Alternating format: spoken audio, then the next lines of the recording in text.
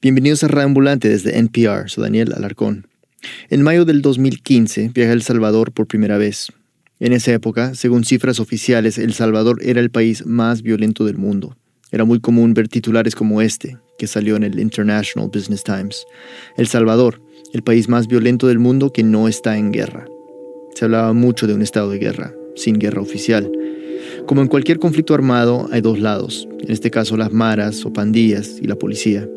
Y como en la mayoría de conflictos, los que en muchos casos se llevan la peor parte son los civiles, la gente que no tiene nada que ver. Es que la violencia desmesurada de El Salvador afecta a todos los aspectos de la vida cotidiana, y no siempre de la manera que se esperaría. Entonces la pregunta que tenía era esta: si no era una guerra lo que estaba pasando en El Salvador, ¿qué era exactamente? Todos con los que hablé habían sido tocados directa o indirectamente por este caos y violencia. Y los salvadoreños de todas las clases sociales habían aprendido a lidiar con ese constante sentimiento de inseguridad.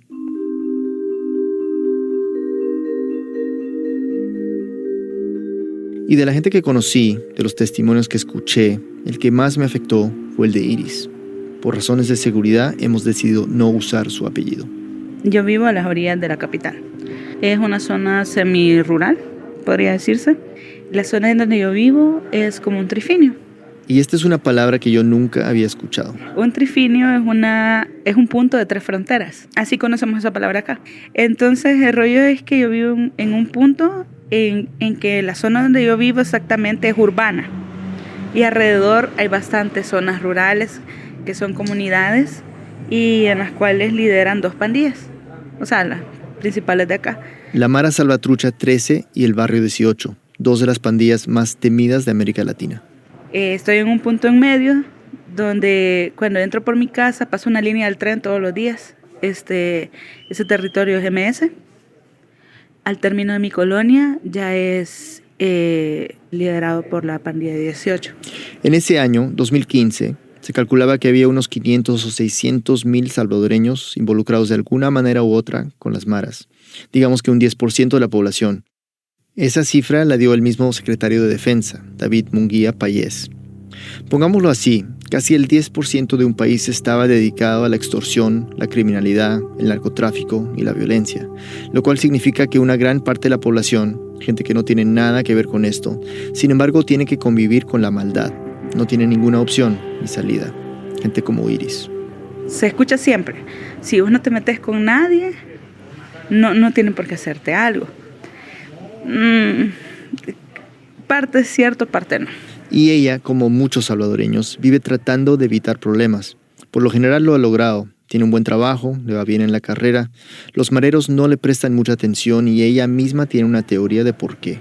Quizás porque de alguna manera yo ya salí del mercado que quieren los pandilleros. Te lo digo porque le gustan las chicas así tipo 17, 15 años y todo. Yo ya tengo 25, entonces como que ya no soy muy atractiva, más que uso lentes, entonces como que menos. Y un poco gordita también, entonces como que tienen un perfil ya. Se viste bien, cuida su apariencia. Desde que era muy joven había algo que le gustaba mucho hacer, teñirse el pelo. Yo comencé con un color café chocolate, le dicen. Después pasé por el rubio platino, rubio con verde. Después llegué a rojo borgoña, a rojo cereza, todavía más fuerte, a rojo intenso. Es parte de su look, parte de su identidad. Esta historia se trata de eso, porque la violencia, la inseguridad que producen las maras no solo se trata de lo que se lee en los titulares, balacera aquí, atraco allá, no. También tiene que ver con los detalles, con roces, instancias en las que la maldad se aparece delante tuyo o a tu lado. Instancias como esta. Yo venía en una coaster, o sea, en un microbús, y una muchacha se sentó a la par mía, una muchacha un poquito más gordita que yo, andaba las cejas súper delgaditas, el pelo bien maltratado, semipintado. Color rubio, la boca delineada con rojo, pantalones de licra estampados con piel de leopardo. Según Iris, este tipo de vestimenta en El Salvador es un código. Y por la forma como comenzó a hablar, sabía que no era una muchacha normal, sino que quizás a lo mejor era la mujer de un pandillero. Iris me aclaró que no se considera de esa gente prejuiciosa que juzga a los otros por su apariencia. Pero, me dijo, una vez que has aprendido a leer estos códigos, ya difícilmente los ignoras. Entonces Iris iba muy alerta, tensa, incluso más de lo normal. Y aquí hay otro detalle para tomar en cuenta. Los buses en El Salvador son peligrosos porque las pandillas han infiltrado el transporte. Los pasajeros corren el peligro de ser asaltados, robados. A veces las pandillas exigen renta de las compañías de transporte. Y si no pagan, las maras pueden matar a los choferes. En otros casos, los mismos choferes son cómplices de los pandilleros. Es una situación complicadísima. Entonces, una muchacha con pinta de marera se sienta al lado de Iris. Y claro, ella se preocupa. Poco a poco me fue haciendo plática, me dijo y me dijo que yo, ¿de quién era Jaina? ¿Qué significa eso? Jaina es ser mujer de un pandillero. Y yo le dije que no. Luego me preguntó dónde vivo. No le contesté. Porque una de las formas en cómo un pandillero detecta si eres contrario o no es por los territorios. ¿Ya? Entonces, yo hasta hace un año yo no manejaba eso. Pero desde que Iris se monta en un bus cada día para viajar 1 hora y media al centro de la capital, ahora sí le toca entender estos códigos. Y bueno, por si había alguna duda sobre la identidad de la chica a su lado. Ella me enseñó una cicatriz que andaba en el estómago. Y me dijo, mira, estas son heridas de guerra. Y estas se hacen en la calle y nos demuestran el valor que tenemos nosotros. Nosotros, es decir, la Mara. Y luego la muchacha vino con esto. Me dijo, mira, cámbiate el pelo, porque si yo te vuelvo a ver en esta ruta o uno de los motoristas te ve en esta ruta, ya vas a quedar fichada, porque aquí todos nos conocemos y como no me querés decir dónde vivís, cuídate y cámbiate el pelo. Y yo me quedé helada. Fue como que, por Dios, o sea, ¿qué hago? Había un rumor acá, ¿verdad? Que si tú andabas de pelo rojo, eras de determinada pandilla. Si tú andabas de pelo rubio, pertenecías a otra pandilla. Algo que Iris no había tomado en cuenta cuando decidió teñirse el pelo. No le respondió a la muchacha. No le preguntó por qué, no intentó argumentar. No dijo nada. Iris tenía un periódico en la mano y lo miraba, nerviosa. Dame ese diario, me dijo. Y lo sacó. Y lo primero que decía, primera plana decía... policías, muertos, no me acuerdo en qué. Y comienza ella y comienza a reír. Y le dice al motorista, hey, mira vos, le dijo, qué original, ya mataron otros cerotes, le dijo. Que la verdad, para que sepan quién manda. Y comenzó ella, siguió. O sea, yo venía helada y arrepentida de haberme subido en ese microbús. Era una muchacha, marera, con ganas de intimidar. ¿Cómo ves las cejas, amigo? Yo le pego bien, le dije yo. Le dan con su cara, le dije yo. O sea, y me dijo, así te las deberías de hacer vos, me dijo. Y luego le preguntó dónde se bajaba.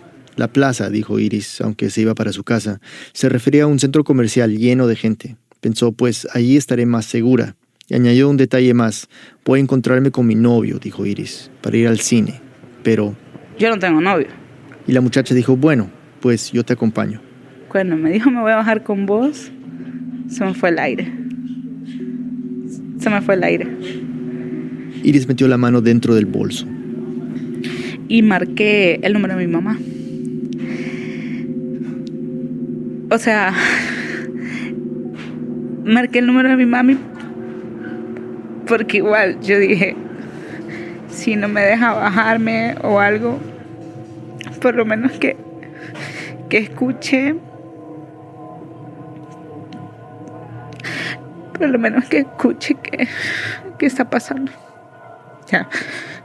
Sentí como acechado porque el motorista era pandillero. O sea, iban hablando iguales. Entonces, yo marqué el número de mi mamá y no le pude dar send. Quizás los nervios y todo. Y de repente me dijo, ¿y qué tanto te buscas? Me dijo. Y yo le dije, no, nada, le dije, solo estoy viendo si ando monedas, le dije yo.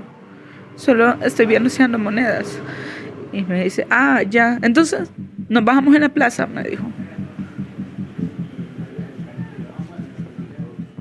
Venían para el bulevar, estaba muy congestionado. La mujer le dijo al chofer, hey, men, a saber qué pasa ahí, vale. no te hagas, acordate lo que vimos hace rato, le dijo. Ah, Simón, le dijo, el descabezado, le dijo. Ese día, un marero había asesinado a un chofer de otra línea de bus, de otra ruta. La muchacha se lo contó a Iris, orgullosa. No sé de qué me está hablando. No, es que mira, fíjate, saca la cabeza por la ventana, me dijo. Ahí adelante, me dijo, hay un bus de la 113, me dijo, en donde le han disparado a un motorista, me dijo. Yo conozco al cabrón que le disparó, me dijo.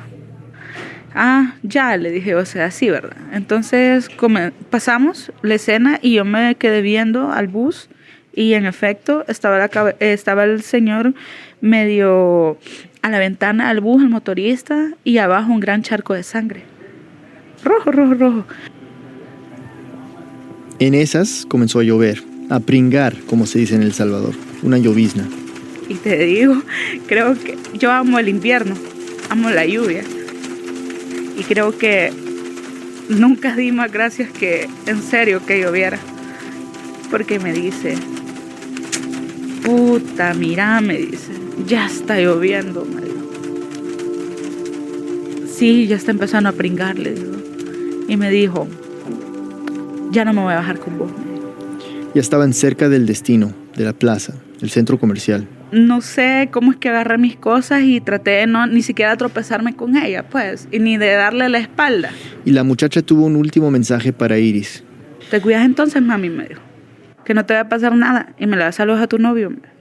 Y yo, que le vaya bien.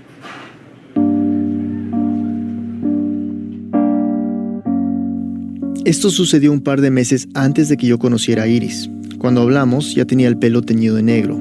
Le pregunté si le había costado hacer este cambio. Me dolió. O sea, me dolió. Me costó volver a verme de cabello negro. Tantos años que yo lo había querido tener tinturado, ¿verdad? Y pues ni modo. O sea, una cuestión externa vino, ni siquiera es mi gusto. Ahora pues ni modo, ya me acostumbré. Es como que, ok, ya me toca retoque, lo tengo que hacer. Un pequeño acto de expresión, prohibido por las maras. Cuando uno compara esto con lo que se lee en los periódicos no parece tan importante, pero sí lo es. Cuando las maras se imponen hasta en los aspectos más intrascendentes de la vida cotidiana, es una manera de decirle a la población, oye, nosotros somos los que mandamos acá, no ustedes, no el gobierno, no la policía, nosotros. Y no es la única vez que a Iris le ha tocado entender esto. Le pregunté qué piensa de las maras. Iris es una chica educada, tranquila. Mientras me contaba la anécdota de la marera en el bus, me pidió permiso hasta para repetir las palabras vulgares que la chica le había dicho a ella. Y sin embargo, esta fue su respuesta. Que los quemen a todos. Ya, o sea, como salvadoreños no son mis hermanos. Yo fui criada bajo el evangelio, bajo el cristianismo, y no los veo como hermanos. Nunca los voy a ver como hermanos. Así que si los pueden envolver en una sola hoguera por holocausto, que les den fuego.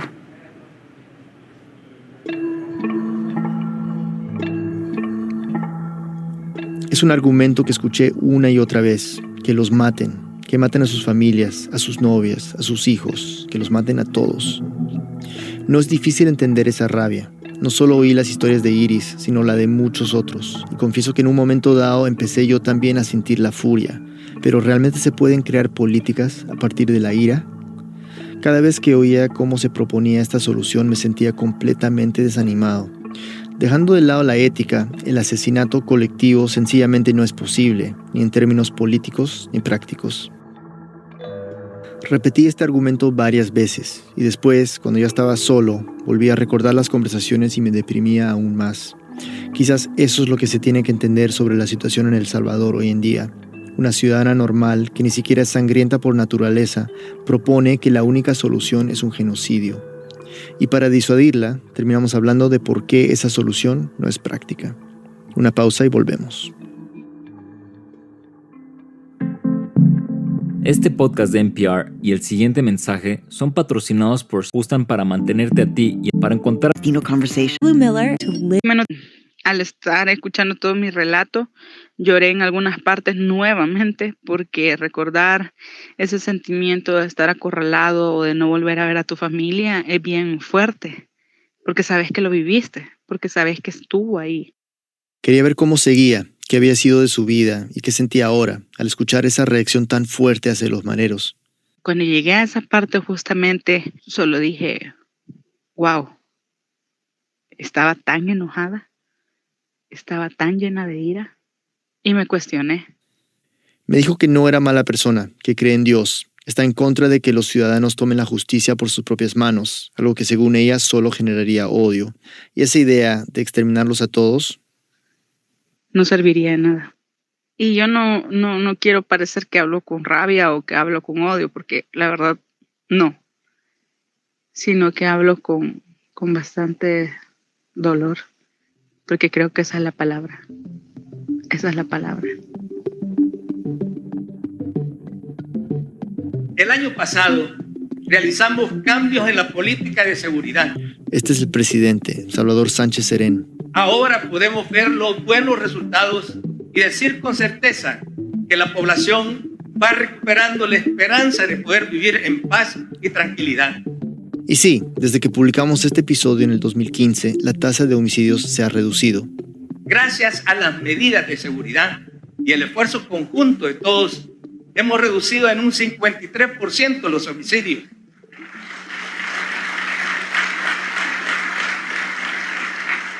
¡53%! Suena muy impresionante, pero no es tan simple.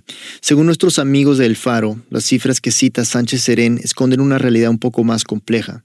Sí, en el 2016 hubo una gran reducción en la tasa de homicidios, pero eso se debe en parte a una ola de violencia sin precedentes que estremeció al país el año anterior. Es decir, si se compara el 2016 con el 2014, la reducción ya no es de un 53%, sino de menos del 15%. Pero de todas maneras quería ver si lo otro que decía el presidente era cierto, que la población va recuperando la esperanza de poder vivir en paz. Le pregunté a Iris si ahora se sentía más segura y me contó algo que no esperaba. Yo he podido tinturarme de nuevo el cabello de rojo. De hecho, me lo tinturé hace un par de meses, unos 2 meses. Y para Iris eso demuestra que las cosas se han calmado, por lo menos un poco. Aunque a ella en estos 2 años no le ha pasado nada que haya puesto su vida en peligro, sus hermanos no han tenido tanta suerte. Un día, por ejemplo, su hermano llegó golpeado, sangrando, porque le habían robado el celular. Esas son cosas que se viven en El Salvador cada día. Es que en realidad regresar en este país a tu casa en la noche es un logro diario, es un milagro, es algo que vos das gracias a la vida, a Dios y a quien tú querrás. Entonces en la calle, básicamente, solo se siente como un sentido de supervivencia.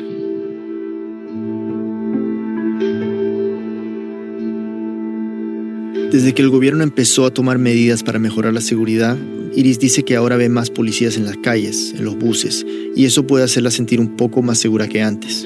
Pero tú sabes que pasando ciertas líneas de donde está todo ese circuito, pues ya nadie te cuida. Entonces, de alguna forma, inseguro se sigue sintiendo. Y más cuando hay territorios todavía controlados por pandilleros, jóvenes que se ponen en la entrada de una colonia para vigilar quién llega. Iris dice que esta situación es muy delicada. Es un tema que, a pesar que todos lo sabemos, pero nadie lo dice. Y nadie lo dice porque son secretos a voces. Porque es algo que se metió, estuvo y comenzó ahí y se normalizó tanto que ahora es tan natural que todos nos callemos y no digamos lo que pasa. Me dio un ejemplo muy reciente. A una familiar le había golpeado su esposo y lo primero que sugirió Iris fue llamemos a la policía, pero su familia dijo que no podían. Si vos llamas a la policía, vienen los muchachos, Es decir, los mareros. y al siguiente día te vienen a buscar para que te vayas de la colonia. Porque los policías no pueden entrar acá. Es bien feo, porque el país que uno quiere, el país que uno aprendió a conocer desde que está pequeñito, uno va viendo que ya no le da las mismas libertades que antes le daba. Que como cuando eras niño mirabas y decías,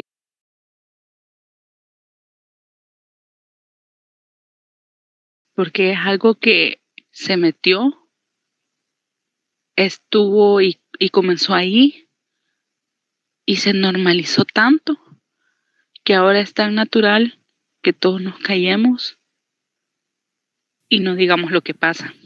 Me dio un ejemplo muy reciente. A una familiar le había golpeado a su esposo y lo primero que sugirió Iris fue llamemos a la policía, pero su familia dijo que no podían.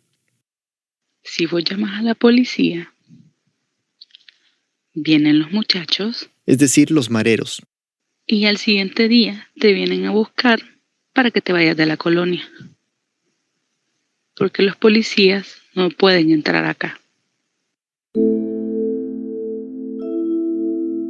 Es bien feo, porque el país que uno quiere, el país que uno aprendió a conocer desde que está pequeñito, uno va viendo que ya no le da las mismas libertades que antes le daba. Que como cuando eras niño mirabas y decías, puya, o sea, yo voy a ir de aquí a allá, voy a hacer esto, voy a hacer lo otro, y ahora ya no poderlo hacer. Eso es bastante difícil, créanmelo, es muy difícil, y aunque no lo reconozcan oficialmente, pero pasa, y aunque la gente tengamos miedo de decir que está pasando, así ocurre, así sucede.